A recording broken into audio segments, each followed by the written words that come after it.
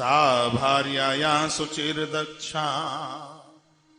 सुन लो, जो बच्चे ऐसे मुझे सुन पा रहे हों जो विवाह के लायक हो रहे हैं, हाँ, उनके लिए भी ये सूत्र काम आएंगे। जो ऐसी माताएं पिता लोग सुन पा रहे हैं जिनके बच्चे विवाह के लायक हो रहे हैं और वह अपने बेटे के लिए बहू देख रहे हैं, या जिनकी बेटियां विवाह के लायक हो रही हैं और वह अपनी बेटे के लिए वर खोज रहे हैं, चाणक्य ने, आचार्य कौटिल्य ने दोनों की गुणवत्ता का वर्णन किया है। क्या कहा? सा भार्याया शुचिर्दक्षा, सा भार्याया पतिव्रता, सा भार्या पति प्रीता, सा भार्या सत्यवादिनी। ऐसी स्त्री घर को स्वर्ग बना देती है जो पवित्र है, हर कार्य पवित्रता के साथ करती है। एक बार के लिए दहेज ना मिले कोई चिंता की बात नहीं, लेकिन दूसरे की बेटी पूजा पाठ में, गृह कार्य में सक्षम है, कुशल है, आलस्य नहीं है, प्रमाद नहीं है, चाणक्य कहते हैं कि उसको अपनी घर की बहू बना करके ले आना। जो बेटी घर के कार्यों में होशियार है, अपने परिवार का भरण पोषण करने में सक्षम है, ऐसी वह पुत्रवधू अपने बच्चों को कभी भूखे नहीं रहने देगी। पति को चाहिए कि ऐसी पत्नी का वह सम्मान करे।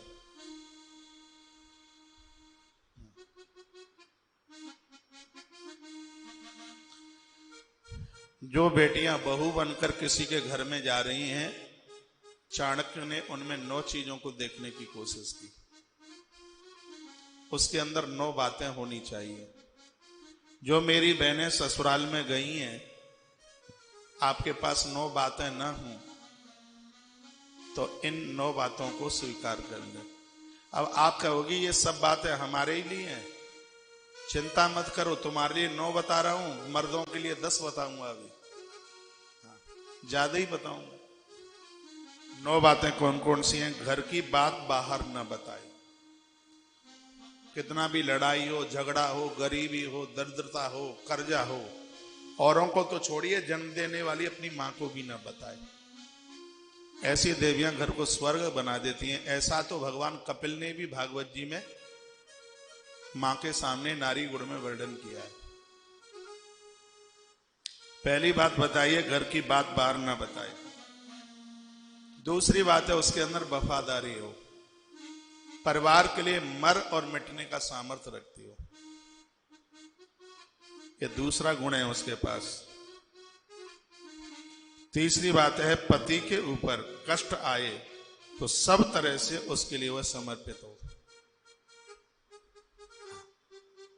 देखा है वो देवी भागवत में राजा हरिश्चंद्र की कथा आती है।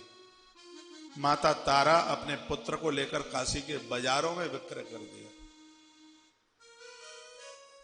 सर्वाभावेन पति का सुख और दुख उसका अपना सुख दुख है, उसका मान और अपमान उसका अपना मान अपमान है। ये तीसरी बात बताई आचार्य ने।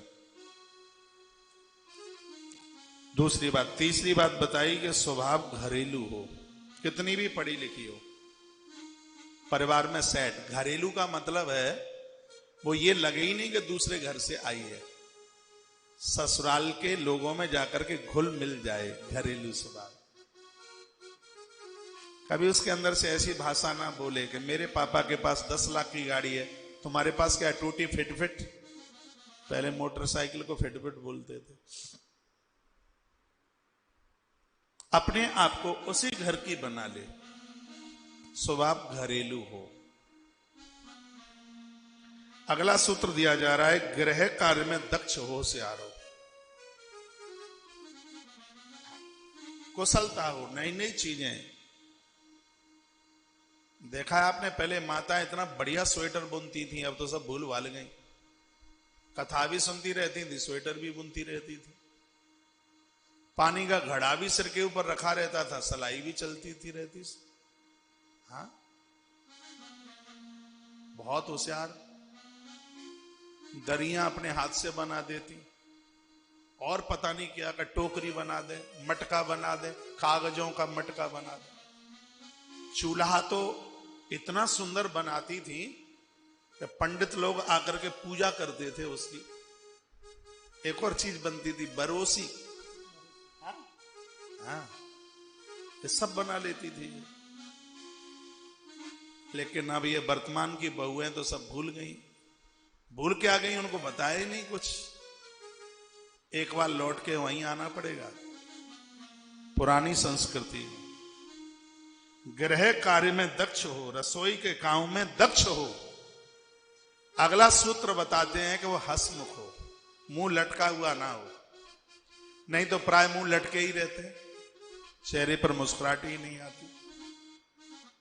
गूगल की धूप दो तब थोड़ा मुस्कुराए। हाँ, धूप दो मुंह पर।